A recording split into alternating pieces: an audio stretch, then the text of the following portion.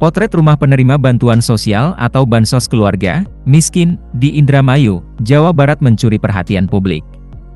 Pasalnya, penampakan rumah-rumah penerima bansos itu sangat layak, bahkan lantainya saja keramik. Seperti dalam video yang diunggah akun Instagram Indramayu Date, diperlihatkan sejumlah rumah yang menjadi penerima bansos keluarga miskin. Rumah-rumah itu bisa dibilang milik keluarga yang mampu, tampak dari bangunannya yang kokoh bahkan dicat hingga lantai rumahnya keramik. Bahkan, salah satu di antaranya ada pula yang memiliki kios sembako yang lumayan besar. Sontak saja, unggahan itu langsung menuai berbagai reaksi netizen. Banyak yang dibuat tak menyangka karena sepertinya lebih banyak keluarga-keluarga yang lebih tepat sasaran menerima bantuan.